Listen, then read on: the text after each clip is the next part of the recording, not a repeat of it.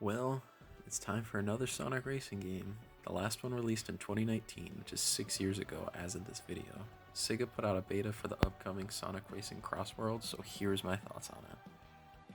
When you first boot it up, you're of course brought to the title screen, but I want to point out how great the main theme is of this game. It's just really pleasing to the ears.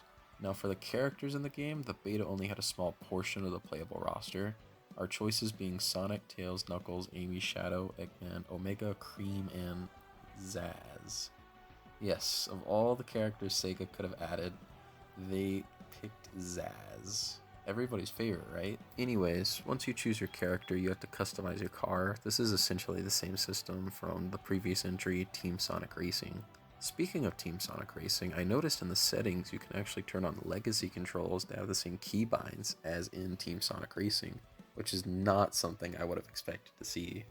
So once you have your racer and car all set, you can go play online, which puts you in a lobby much like Mario Kart, where you vote on a few tracks it gives you to play, as well as letting you say a few pre-made words to other players in the lobby. The beta features 6 of the tracks in the game.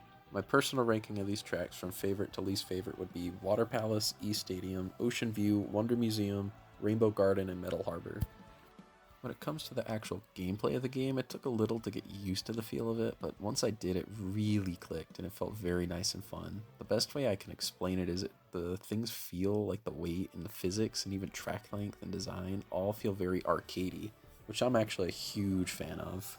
It reminds me a lot of the Namco Mario Kart games they have in the arcades.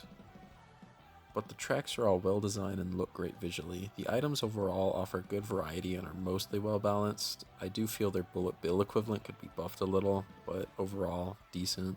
They introduced a new mechanic though that's pretty neat, which pretty much boils down to customizable perks and abilities for your car, and the game runs well too. I didn't experience any issues on that front.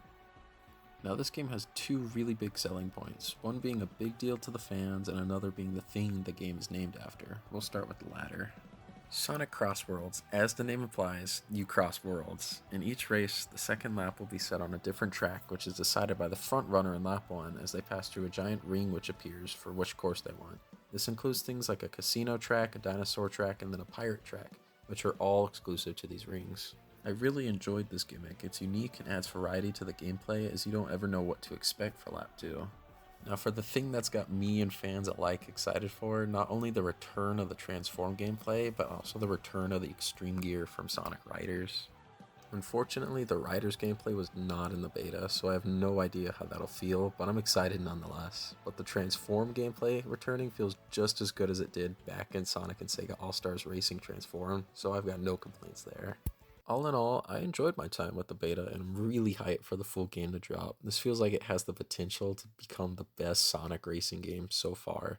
Before the video ends, enjoy this clip of me climbing from 12th to 1st at the last moment in a race.